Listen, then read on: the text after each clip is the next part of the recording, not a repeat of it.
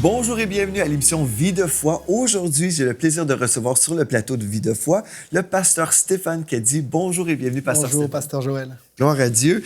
Tu nous viens de la France, d'une très belle région que j'ai eu le privilège de visiter, dans le coin de Nice, Monaco, une ville qui s'appelle Beau-Soleil. Beau-Soleil. Et puis, vous avez une belle église aussi là-bas, une église qui s'appelle Église évangélique de la Riviera.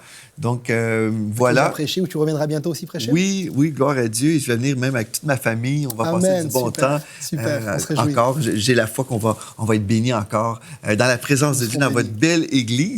Aujourd'hui, on est en train d'étudier, en fait, les dons spirituels. On a commencé lundi et puis on poursuit aujourd'hui. On va parler spécifiquement aujourd'hui des dons d'inspiration. Mais juste avant, j'aimerais ça qu'on retourne à la parole de Dieu pour lire le contexte. En fait, le passage qui mentionne les dons. Donc, dans 1 Corinthiens, chapitre 12, versets 7 à 11, on va prendre le temps, vous pouvez aller chercher vos Bibles et suivre avec nous. Et je veux juste dire, avant de lire ce texte-là, en fait, que les dons spirituels, bien, sont des dons qui viennent de Dieu. On ne peut pas les recevoir en étudiant à l'université. Non. Ce n'est pas, en fait... Un diplôme. Ce n'est pas un diplôme, mais en fait, non, c'est ça. Des fois, il y a des gens qui s'imaginent, bien, si je suis vraiment spirituel ou si je fais beaucoup d'études, peut-être j'arriverai à opérer dans les choses surnaturelles de Dieu. Mais en fait, non, les dons viennent du Seigneur et comme le salut, les dons sont gratuits. C'est une grâce. Oui, c'est une grâce. Donc, c'est une chose merveilleuse. Et aussi, les dons, bien, c'est quelque chose de positif. Hein. On devrait les accueillir et dire, oui, Seigneur, je veux avoir tes dons dans ma vie. Oui, et bibliquement, la Bible nous dit qu'on doit aspirer à ces dons. Et j'aimerais juste parler à quelqu'un en ce moment. Si vous êtes dans une église locale qui rejette les dons spirituels, et la Bible nous dit aspirer, bien, il y a quelque chose qui ne fonctionne pas, n'est-ce pas? Donc, c'est pas Dieu qui se trompe, c'est les hommes. Donc, on devrait se remettre en question. Et même avant cette émission, je ressentais dans mon esprit qu'il y avait peut-être des gens qui se posaient des questions. Même depuis lundi, on entend parler des dons spirituels, le surnaturel de Dieu, la bénédiction des dons spirituels. Et on se dit, mais moi, dans mon église, on ne prêche pas et même on rejette les dons spirituels. Qu'est-ce que je fais, moi, dans cette situation? Donc, pasteur Stéphane, je te pose la question. Qu'est-ce que je fais dans une église qui ne veut rien savoir? C'est une très bonne question. La première chose, bien sûr, c'est prier. C'est aussi pas se rebeller. C'est vraiment avoir une attitude correcte par rapport au ministère. Peut-être parler avec eux, prendre un rendez-vous, discuter. C'est pas interdit, hein, c'est bien. etc. Et puis, si vraiment on reçoit une direction du Saint-Esprit, donc c'est pas quelque chose qui est dans mon intelligence, c'est vraiment dans mon esprit de rejoindre une autre église qui est ouverte à la vie charismatique. Si Dieu m'a parlé, alors je peux le faire. Mais il faut vraiment une direction du Saint-Esprit. J'encourage pas les gens à faire ça en première intention, d'abord de prier, de chercher eux-mêmes à manifester les dons spirituels, à s'intégrer à l'église. Et puis si vraiment ça marche pas, ben écoute, c'est le Saint-Esprit qui dirige. Hein. C'est ça, le Saint-Esprit dirige. Puis il dirige dans un chemin de la Bible. Tout à fait. Biblique. Hein? Donc on doit vraiment prendre le temps, comme tu dis, prier. On cherche la face de Dieu parce que possiblement Dieu va se servir de cette personne qui a soif pour amener un changement. Ça peut arriver aussi. Mais toujours en marchant dans l'honneur et l'humilité. Amen. Et aussi, on se soumet aux autorités. Si l'autorité de l'Église est vraiment fermée, même si on a prié, on a dit, Seigneur, moi, je veux vivre les dons, mais le pasteur dit, non, ici, nous sommes contre, et peut-être on va même déclarer des choses, comme j'ai déjà entendu dans ma vie. Ah non, ces choses viennent du diable. Et, bref, là, c'est compliqué, bien sûr. on voit, OK, ici, on rejette littéralement les dons du Saint-Esprit, et on attribue même à Dieu les œuvres de Satan. Oh là, c'est terrible. Donc, ce qu'on devrait faire, c'est se retirer gentiment. Dans la paix, tout à fait. Dans la paix, dans l'amour. Et puis, voilà. Mais on ne devrait pas essayer de s'imposer ou même de parler à droite et à gauche et influencer les frères de l'Église. On devrait marcher dans l'honneur et l'humilité et la soumission. Ça, c'est important. Ça plaît à Dieu. Oui, c'est ça, parce que de toute façon, si on travaille d'une façon malhonnête dans une église, bien, on n'est pas en train de faire une belle publicité pour les dons du Saint-Esprit. Non, tout à fait, tout à fait. Le pasteur va dire, mais ces gens sont rebelles, sont comme ci, sont comme ça. Et c'est un peu le cas des gens, souvent, ce qu'ils critiquent au niveau des gens qui manifestent les dons, c'est qu'ils sont excessifs. Ouais. On a quand même le cœur au ciel, mais quand même les pieds sur terre. C'est ça. Voilà, donc je voulais répondre à cette question parce que je ressentais qu'il y avait des gens qui ont soif. Ils disent, oui, je veux, mais je suis limité. Bien sûr. Bien, priez, cherchez la face de Dieu et Dieu va vous parler, Dieu va vous diriger. Et il va toujours vous diriger d'une façon biblique, remplie d'amour, dans l'honneur, la soumission. Voilà. Donc, Amen. OK, on va lire 1 Corinthiens chapitre 12, verset 7 jusqu'à 11. Donc, il est écrit, « Or, à chacun, la manifestation de l'Esprit est donnée pour l'utilité commune. En effet, à l'un est donné par l'Esprit une parole de sagesse, à un autre, une parole de connaissance selon le même esprit, à un autre, la foi par le même esprit, à un autre, le don des guérisons par le même esprit, à un autre, le don d'opérer des miracles, à un autre, la prophétie, à un autre, le discernement des esprits, à un autre, la diversité des langues, à un autre, l'interprétation des langues. Un seul et même esprit opère toutes ces choses, les distribuant à chacun en particulier comme il veut. Je veux juste souligner, il veut. OK? Donc, Dieu veut, mais c'est comme il veut. Et j'aimerais dire aussi, le meilleur don, c'est le don de la situation. Amen, donc, quelqu'un a besoin d'une guérison, ce n'est peut-être pas une parole de prophétie là, à ce moment-là. C'est le don d'opérer le don d'opérer des miracles. Donc, on devrait être sensible aussi au Saint-Esprit en tout temps. Donc, gloire à Dieu pour cette lecture. On retrouve les dons spirituels. Et aujourd'hui, pasteur Stéphane, tu veux nous parler des dons d'inspiration. Oui, dons d'inspiration, c'est très important. Les dons vocaux, c'est la même chose. Et en fait, on peut prendre le premier, par exemple, c'est le don des langues et l'interprétation des langues. Donc, on l'a lu ensemble au verset 10. Oui. Et on peut voir dans la parole de Dieu qu'il y a deux types de parler en langue. Il y a le signe initial du baptême du Saint-Esprit, le jour où Jésus me baptise du Saint-Esprit. Donc, on a parlé de ce signe initial qui me donne de communiquer avec Dieu directement sans que personne ne le comprenne. C'est aussi un moyen de rendre d'excellentes actions de grâce. D'ailleurs, j'ai un témoignage à ce niveau-là, pasteur Joël. Une fois, mon père priait pour un homme qui était professeur de langue morte à l'université, donc l'araméen, le latin, le grec ancien, etc. Il était très fermé aux choses de Dieu. Et mon père a simplement prié dans l'esprit. Et le monsieur a compris ce que mon père disait. Il a dit, vous avez dit des choses à Dieu dans un araméen qui était parfait. Wow. Donc c'est quelque chose d'extraordinaire. Et les disciples ont reçu ça le jour de la Pentecôte. Des langues semblables à des langues de feu leur apparurent séparées les unes des autres, se posèrent sur chacun d'eux. Je suis convaincu que les disciples ne connaissaient pas ces langues-là. Ils parlaient sûrement peut-être l'hébreu, le grec à l'époque, l'araméen, etc. Mais des langues qu'ils n'avaient pas apprises, que Dieu a mis ce jour-là dans leur bouche. Ils ont parlé des nouvelles langues. Et ça, c'est le parler en langue signe initial du baptême du Saint-Esprit qui n'a rien à voir avec le don des langues. Et si tu me permets, pasteur Joël, le verset qui porte souvent à confusion... 1 Corinthiens 12, 13. 1 Corinthiens 12, verset 30. Oui, c'est quand 30, il dit... C'est celui-là aussi que tu avais à cœur. Oui, c'est ça. Tous sont-ils apôtres? Point d'interrogation. Tous sont-ils prophètes? Tous sont-ils docteurs? Tous ont-ils le don des miracles? Tous ont-ils le don des guérisons? Tous parlent-ils en langue? Tous interprètent-ils? Un jour, dans l'église, je prêchais sur la volonté de Dieu de nous remplir du Saint-Esprit, qu'on parle tous en langue, selon Marc 16. Et une sœur a dit, mais c'est pas biblique, puisqu'il est écrit, est-ce que tous doivent parler en langue? Mais dans le contexte du texte d'un Corinthiens 12, c'est pas le signe initial du baptême de l'Esprit, mais c'est les dons spirituels. Donc, il est parlé du don des langues, qui doit être suivi, on va le voir, de l'interprétation des langues, et non pas du parler en langue, signe initial du baptême de l'Esprit. Exactement. Que chacun peut recevoir. En fait, je voulais citer 1 Corinthiens 12, 13 aussi. Il est écrit, nous avons tous, en effet, été baptisés d'un seul esprit pour former un seul corps, soit juif, soit grec, soit esclave, soit libre, et nous avons tous été abreuvés d'un seul esprit.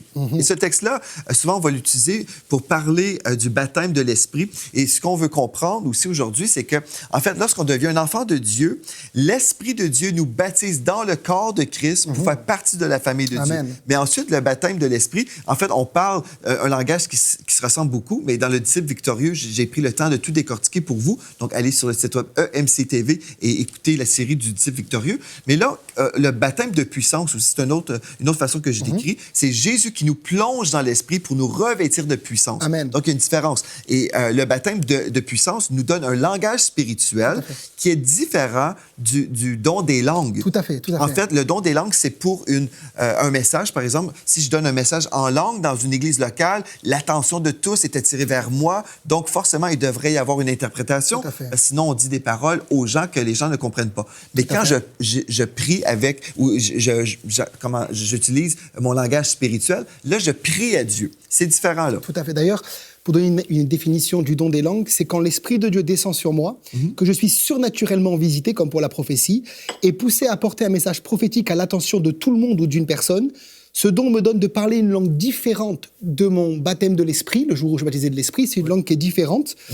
Et ce don d'être accompagné de l'interprétation des langues, je ne peux pas le déclencher quand je veux, alors que le parler en langue, signe initial du baptême de l'Esprit, je déclenche quand je veux. C'est ça. Quand je me lève le matin, par exemple, je veux parler en langue, m'édifier tout de suite, je parle en langue, voilà, dans ma douche. Comme je peux choisir de prier en français, je peux choisir de prier dans mon langage que Dieu m'a donné. C'est un don résident, mais le don des langues, c'est un don ponctuel, selon la direction de C'est quand l'Esprit me saisit que je peux alors manifester le don des langues. Et souvent, c'est pas du tout le même parler en langue que j'ai pour m'édifier ou pour parler à Dieu. Ouais. Et Paul dit que celui donc, qui va avoir le don des langues peut lui-même demander aussi l'interprétation des langues. C'est ça. C'est ce qu'il dit dans Corinthiens 14, verset 13. C'est pourquoi celui qui parle en langue prie pour avoir le don d'interpréter.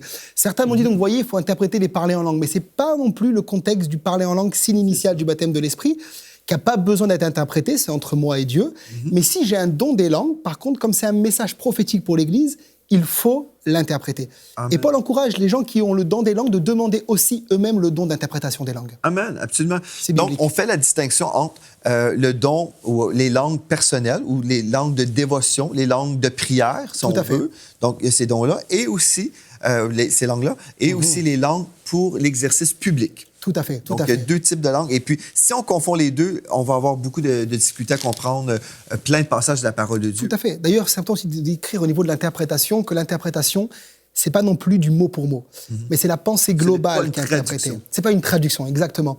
C'est pour ça que parfois des gens ont des dons des langues plutôt longs et la pensée d'interprétation est assez courte, parce que c'est pas la pensée donc au niveau de la traduction, mais c'est la pensée globale qui est apportée. C'est ça. Et c'est pour ça des fois il y a des gens qui disent ou qui sont dans le doute. Ah, mais c'est trop long comparativement. Et puis, mais finalement, non, c'est ça. Comme tu viens de bien expliquer, c'est ça, c'est vraiment la pensée du Seigneur. Et puis, J'ai un ami à moi qui est donc pasteur à Jérusalem. Il a une institut de théologie là-bas.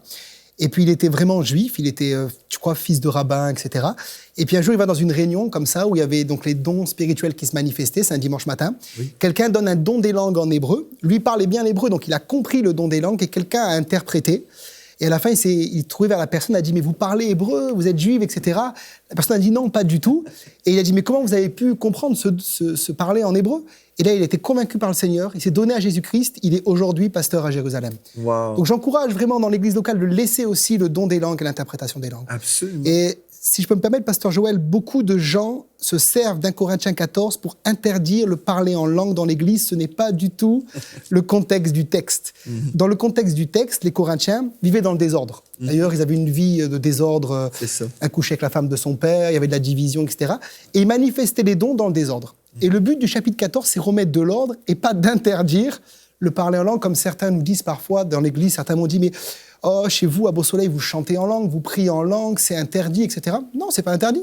Tant que c'est avec ordre et bienséance, il n'y a pas de problème. Avec l'ordre du Saint-Esprit. Hein. C'est ça. Amen. Amen. Mais peut-être tu peux nous montrer comment les gens attaquent ce que tu viens de dire. Oui, alors par exemple, un des versets, c'est le verset 27-28. Certains vont dire, par exemple, en est-il qui parlent en langue, que 2 ou 3 parlent, chacun à son tour, et que quelqu'un interprète. S'il n'y a point d'interprète, qu'on se taise dans l'église et qu'on parle à soi-même ou à Dieu. Certains vont dire, vous voyez, donc il y a eu plus de 2 ou 3 parlés en langue, mais ça c'est dans le contexte du don des langues. C'est pas le parler en langue pour adorer Dieu et rendre d'excellentes actions de grâce au Seigneur. Ouais. Par exemple, Paul dira également au verset 15, « Que faire donc ? Je prierai par l'Esprit, et je prierai aussi avec l'intelligence. Je chanterai par l'Esprit, mais je chanterai aussi avec l'intelligence. » Et là, dans le contexte, il parle à l'Assemblée. Oui. Il ne parle pas donc de notre culte personnel. Donc, il dit que dans l'Assemblée, c'est une question d'équilibre. Il peut y avoir un temps où on chante dans l'Esprit, poussé par le Saint-Esprit, et puis après, on reprend des chants par l'intelligence, parce qu'on est aussi... intelligent. Gloire à Dieu, heureusement. Ah, y a pas de... Et donc, une chose aussi qu'on peut faire la distinction, c'est que quand Dieu nous donne un langage spirituel, c'est un langage au singulier qu'on retrouve dans la parole, donc au singulier. Et quand on parle du langage, le don des langues, si on veut, c'est au pluriel. Donc, c'est un don de plusieurs langues. Et cela dépend aussi peut-être de notre déplacement géographique. Tout à fait. J'ai connu des histoires, des personnes dans le Seigneur qui m'ont raconté, en fait, ils arrivaient au Mexique, ils parlaient, ils ont été saisis par l'Esprit, ils ont commencé à prêcher, en fait, en espagnol. Bon, mais c'était un don précis pour ces gens-là qui comprenaient. Donc, c'est vraiment surnaturel et merveilleux. On devrait accueillir les dons de Dieu parce qu'ils sont pour notre utilité. Et puis, moi, je me souviens, j'ai déjà partagé la vie de foi, mais j'ai entendu le français chanter en langue aux États-Unis. Donc, on voit vraiment le Seigneur est encore à l'œuvre aujourd'hui. Et si l'Église primitive avait besoin des dons à l'époque, certainement, nous avons encore besoin de ces dons aujourd'hui. Donc, on vient de mentionner premièrement les langues. Est-ce que les dons vocaux ou dons d'inspiration impliquent d'autres choses? Oui, bien sûr, la prophétie aussi. La prophétie qui est pour l'apôtre Paul un don que je dois rechercher en priorité au verset 1. Il dit rechercher l'amour, on l'a vu, aspirer aux dons spirituels, mais surtout à celui de prophétie. Oui. Et lorsqu'on fait des conférences sur les dons spirituels, souvent je vois les réunions qui marchent le plus, c'est le don des guérisons. La salle est pleine, les gens veulent voir des miracles, des guérisons. Mais Paul dit que la prophétie est aussi importante et je dois aussi y aspirer. Et la prophétie, on a vu dans les autres émissions qu'elle avait vraiment 3 buts. Et Paul le dit, il dit au verset 3 d'un Corinthiens 14, « Celui qui prophétise, au contraire, parle aux hommes, les édifie, alors que celui qui parle en langue parle à Dieu, les exhorte et les console. » Amen. C'est 3 buts. Édifier, c'est action de construire ou encourager à la croissance. Exhorter, c'est encourager, assister. Consoler, c'est calmer et réconforter. Et c'est vrai que beaucoup de gens peuvent venir des fois dans des temps de culte avec des troubles dans leur cœur. Et une prophétie est donnée, ils sont comme réconfortés, comme apaisés, comme édifiés, comme encouragés. Amen. Ça, c'est vraiment le but de la prophétie. C'est merveilleux. Et il y a 2 dimensions. Hein? La prophétie simple, comme on vient de mentionner, édifier, exhorter, consoler. Mais l'autre dimension aussi, c'est prédire le futur. Oui. Et on peut voir ça aussi. Surtout ceux qui ont un ministère prophétique, ceux qui sont dans l'office du prophète, ils peuvent aussi être utilisé de la part de Dieu en prédisant le futur, mais ce n'est pas toujours le cas. Donc, il ne faut pas limiter ça. Des fois, les gens s'imaginent que la prophétie, c'est juste annoncer l'avenir. Non, ce n'est pas. D'ailleurs, c'est important de dire que prophétiser lors d'un culte ne fait pas de vous un prophète. Un prophète, c'est une onction permanente que Dieu met sur vous, comme un ministère don, comme l'apôtre, comme l'évangéliste, Éphésiens 4, comme le pasteur, etc. Et le prophète, par contre, lui, dans son message, peut aussi avoir un message de correction pour l'Église. Absolument. Donc, on fait la distinction entre la brebis dans l'Église qui reçoit un don pour une réunion, par exemple. Tout à fait. Mais ce don-là ne fait pas de la personne un prophète. Et le prophète, ça serait une autre étude biblique qu'on pourrait faire. Tout à fait. Parce que vraiment, il y a les dons D'ailleurs, que si Dieu a donnés. Pasteur Joël, certaines dénominations ne croient pas dans les prophètes. Certains juste ont l'impression que il y a juste des ministères de pasteurs et d'évangélistes, mais les prophètes, les apôtres, c'est aussi biblique. Et dans Éphésiens 4, 11 à 16, on peut lire justement que Dieu a fait des dons à l'Église. Bon, tout à fait. Pas simplement les dons spirituels, mais les dons aussi des hommes et des femmes de Dieu. Dans 1 Corinthiens 12, ils sont ensemble d'ailleurs. Oui, en plus. Donc, c'est ça, on ne veut pas supprimer les dons de Dieu. Amen. Mais le diable est un voleur. Il vient nous séduire pour nous faire abandonner les dons de Dieu. Dieu nous fait des cadeaux. On devrait les recevoir. Amen. Si vous m'offrez un cadeau à mon anniversaire, je vais le développer, je vais me réjouir, hein, n'est-ce pas? Tout à fait. Et je crois qu'on bénit le cœur de Dieu lorsque nous recevons les dons de Dieu parmi nous. Amen, amen. Parce qu'ils ont un but, c'est pas simplement décoratif, là. Amen. D'ailleurs, j'aimerais vraiment encourager les gens à la prophétie et voir comment la prophétie se manifeste. Oui. C'est intéressant, le mot prophétie en grec, c'est discours émanant de l'inspiration divine et déclarant les desseins de Dieu. Et la pensée hébraïque, c'est Naba, couler comme une source, bouillonner comme un torrent. Amen. Donc la prophétie, c'est pas quelque chose qui sort de ma tête et que j'imagine, ou certains peut-être viennent à l'église le dimanche matin et préparent la prophétie avant. C'est pas une prophétie. C'est je suis saisi, comme pour le don des langues, par le Saint-Esprit, et je déclare un discours émanant de l'inspiration divine et non pas de l'intellect. Amen. Et souvent, quand quelqu'un prophétise sous l'onction de l'Esprit, on le ressent dans l'atmosphère spirituelle. On doit ressentir l'onction du Saint-Esprit quand quelqu'un prophétise. Amen. Et ça me fait penser aussi, comme tu viens d'employer les 2 termes, là, il y a des façons différentes qu'on peut prophétiser selon les dons que Dieu nous donne. Je pense à mon amie Faitine, qui est une prophétesse de Dieu. Elle entend la voix de Dieu comme elle prophétise. Donc, on entend dans sa voix le débit. Elle entend, et on entend littéralement le débit. C'est rapide. Et il y a d'autres moments aussi, c'est vraiment comme un fleuve qui coule. Et puis, c'est différent. Moi, souvent, je peux prophétiser, mais Dieu me donne des images. Et puis, je peux être inspiré, mais c'est différent. Même le débit de la voix peut changer, mais ce qui compte, c'est l'onction du Saint-Esprit. On ressent la présence de Dieu, c'est ça qui compte. Et c'est merveilleux. Donc, les dons vocaux, on a mentionné la prophétie, la diversité des langues, et puis finalement... D'ailleurs, don des langues, diversité des langues, c'est la même chose, en fait. Hein, oui, exactement. Et puis, voilà, l'interprétation des langues, maintenant aussi, on a déjà touché. Donc, on veut juste comprendre que ce n'est pas une traduction, mais c'est une interprétation. Donc, on donne, en fait, le message global que Dieu veut communiquer. Est-ce que j'aimerais juste voir avec toi, Pasteur Joël, quelques critères par rapport à la prophétie? Je crois que c'est important aussi. La prophétie, quand je reçois une prophétie, la première chose, c'est basique, mais elle correspond à la parole de Dieu. On sait que les auteurs ont été inspirés par le Saint-Esprit et l'Esprit ne contredit pas les auteurs, ça c'est sûr et certain. C'est ça. Donc si une prophétie que vous recevez n'est pas biblique ne la recevez pas.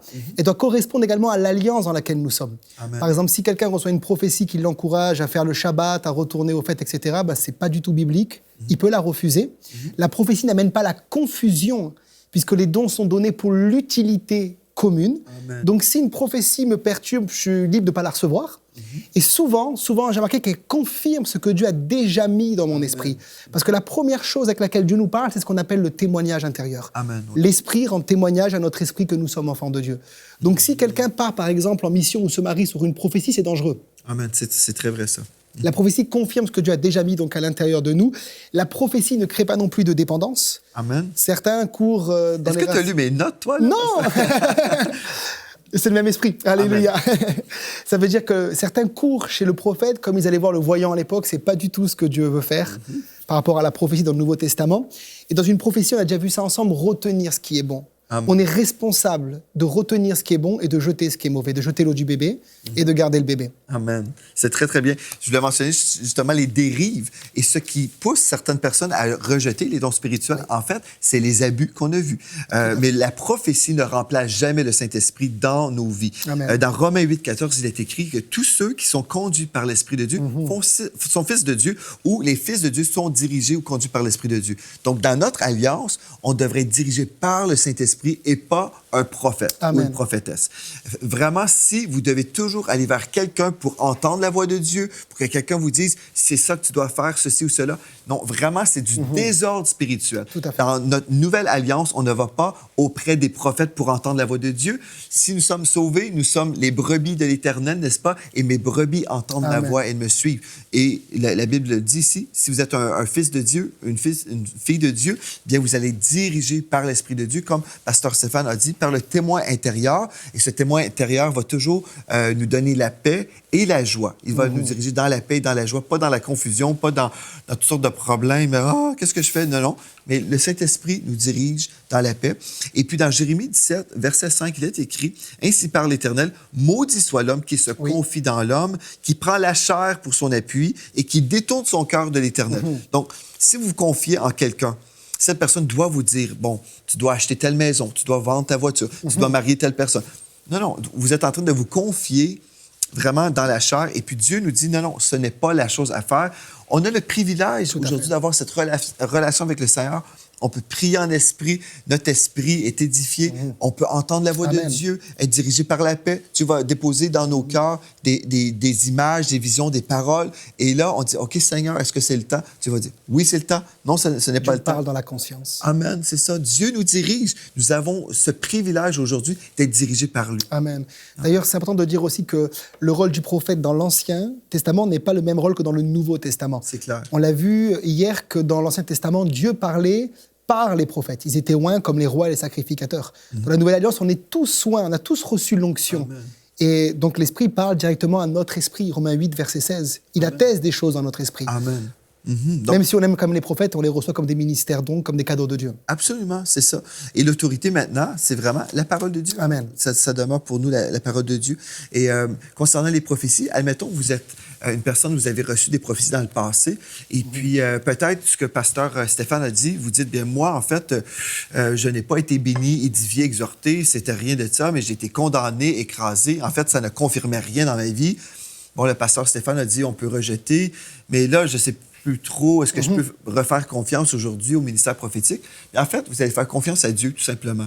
Et puis, ma façon d'agir, quand j'ai reçu des paroles prophétiques, j'ai toujours examiné les paroles. La parole de Dieu nous dit, en fait, dans Corinthiens 13, 9, nous connaissons en partie et nous prophétisons en partie. Donc, Dieu donne une portion de sa connaissance à quelqu'un. Et puis là, dans 1 Thessaloniciens 5, 19, il est écrit, n'éteignez pas l'esprit, ne méprisez pas les prophéties, mais examinez toutes choses, retenez ce qui est bon. Donc, j'entends, OK, j'examine, et puis, dans mon esprit, je vais ressentir, est-ce que cette chose vient de Dieu ou non? Si, par exemple, la parole, en ce moment, ne fait rien, je ne ressens pas que ce n'est pas de Dieu, mais peut-être je ressens rien, ce n'est pas une confirmation. Je vais prendre cette parole, la déposer sur une tablette. Amen. Et si c'est vraiment de Dieu, Dieu va inspirer, bien, premièrement, dans mon esprit, Dieu va commencer à travailler mon cœur. Et là, je vais recevoir 1, 2, 3 paroles confirmant cette parole. Tout à fait. Par exemple, j'ai reçu une parole prophétique il y a peut-être 1 an, peut-être 2 ans, je ne sais pas trop, mais un frère qui est venu passer à l'émission ici m'a donné une parole concernant la télévision anglophone. Je pourrais vous dire, à ce moment-là, le ministère anglophone n'était pas du tout sur le radar pour moi, parce que ma vie est déjà super occupée. Déjà. Et puis là, j'ai reçu cette parole que Dieu te dit, n'oublie pas le peuple anglophone. Et j'étais comme, ah, ça, c'est spécial. Ben, je ressentais rien. Ce n'était pas une confirmation à ce moment-là, mais j'ai dit, OK, je mets cette parole sur la tablette. Après, j'ai eu 2, 3, 4 prophéties. Toujours la même chose. Donc, mais déjà, pendant ce temps-là, je priais. Seigneur, si c'est ça que tu veux... c'est une très bonne attitude. Ouais, on prie. Avec la prophétie. Et puis là, voilà, Dieu confirme. Donc, on dit, OK, Seigneur, il me semble que tu me parles en ce moment. Bien sûr, bien sûr. Et on veut dire oui au Seigneur, n'est-ce pas? Bien sûr. D'ailleurs, les gens qui reçoivent une parole prophétique sont responsables aussi après. C'est-à-dire que des fois, j'ai vu des gens recevoir des paroles prophétiques par rapport à un appel, par rapport à leur destinée. Ensuite, ils sont complètement éloignés du Seigneur. Ils ont vécu dans la chair, dans les choses charnelles, etc. Et on a dit, mais la parole n'était pas divine. Mais après, on est responsable aussi de se mettre en accord par rapport à la parole. Si elle est de Dieu, j'ai ma responsabilité par rapport à la parole prophétique que je reçois. Exactement. La parole prophétique est conditionnelle. Tout à fait, elle est conditionnelle. Exactement. Donc, Dieu peut dire, je t'appelle aussi à faire du ministère dans le monde anglophone, admettons. Bien mais sûr. si je dis, je ne veux rien savoir, je ne veux pas, bien, je limite Dieu aussi. Bien sûr. Il y a des gens aussi, bon, ils ont reçu des paroles, je me souviens des paroles concernant la louange, l'adoration, mais les gens, bref, ils ont décidé de vivre dans le péché. C'est qu'on se dit...